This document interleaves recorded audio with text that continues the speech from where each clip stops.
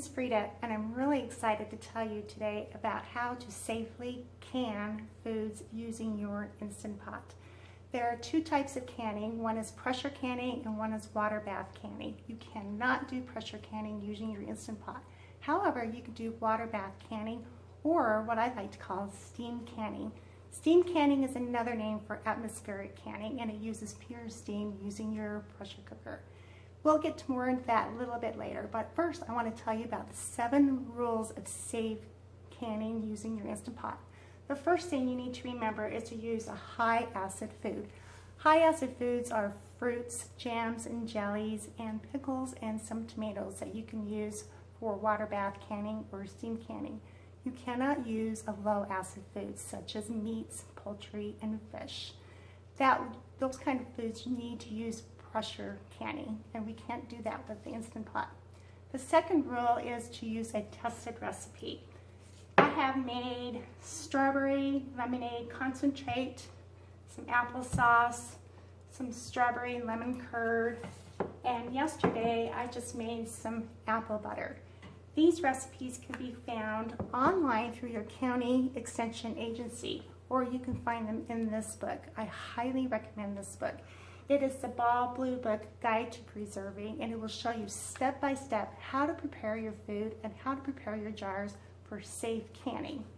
The third step to remember for safe steam canning is to use pure steam.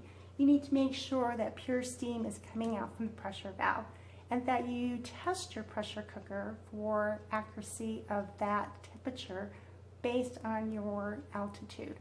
I'm at higher altitude, so water boils at 204 degrees. The steam is the exact same temperature as boiling water, so that is the important rule to remember, is to use pure steam. The next thing you need to remember is to use heated jars. If you're putting hot jars and hot food, processing in the pressure cooker using steam canning is the proper way to do it. If you're using cold jars and putting cold food in there, the processing time will not be accurate. If you're using cold jars and hot food, you run the risk of cracking your jars when you are canning them. So that's the important rule to remember. Hot jars, hot food, steam processing. The next thing you need to remember is to adjust the processing time to your elevation. If you're at 1,000 feet or at sea level, there is no adjustment necessary to the recipe. All you have to do is use what's stated in the recipe. However, if you're at a higher elevation, you will need to increase that processing time.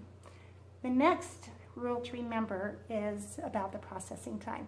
Since you're using a smaller container with smaller amounts of water, the processing time will be limited to 45 minutes or less.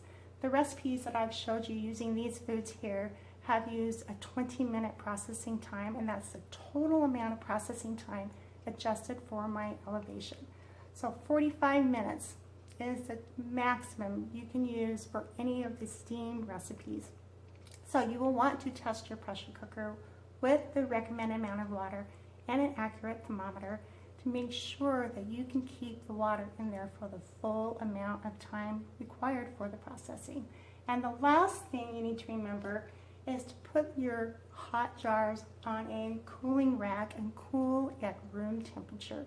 You do not want to hurry this process. You need the ambient air to help seal your jars properly. You don't want to put these jars in a cold basement or in your refrigerator to hurry along the process.